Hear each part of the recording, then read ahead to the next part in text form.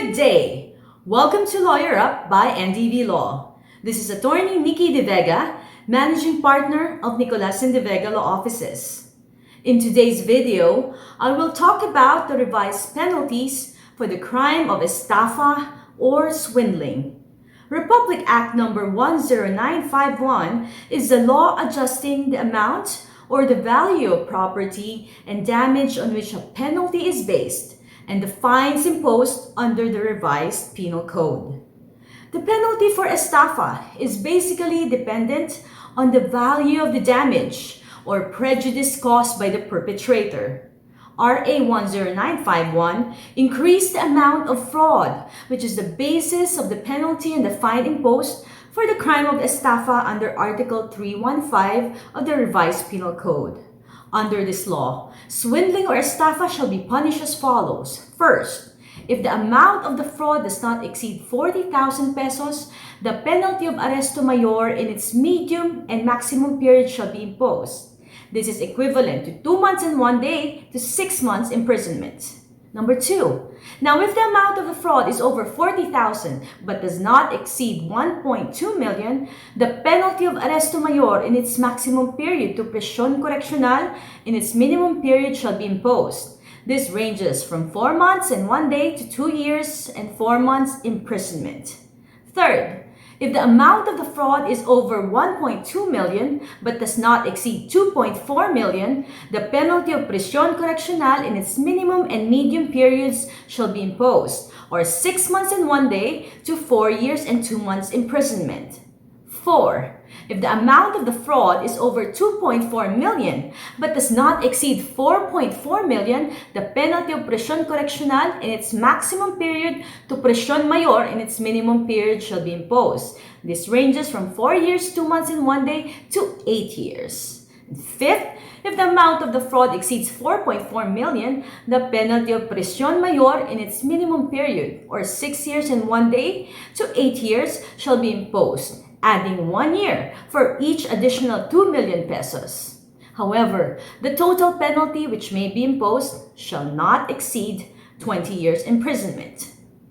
Now let's go to the crime of defrauding someone through the issuance of a check when the offender had no funds in his bank or his funds deposited therein were not sufficient to cover the amount of the check. This is under Article 315, Paragraph 2D of the revised penal code.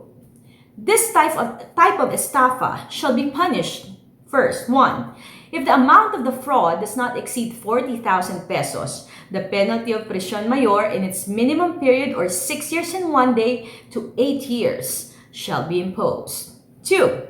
If the amount of the fraud is over 40,000 but does not exceed 1.2 million, the penalty of prisión mayor in its medium period, or 8 years and 1 day to 10 years.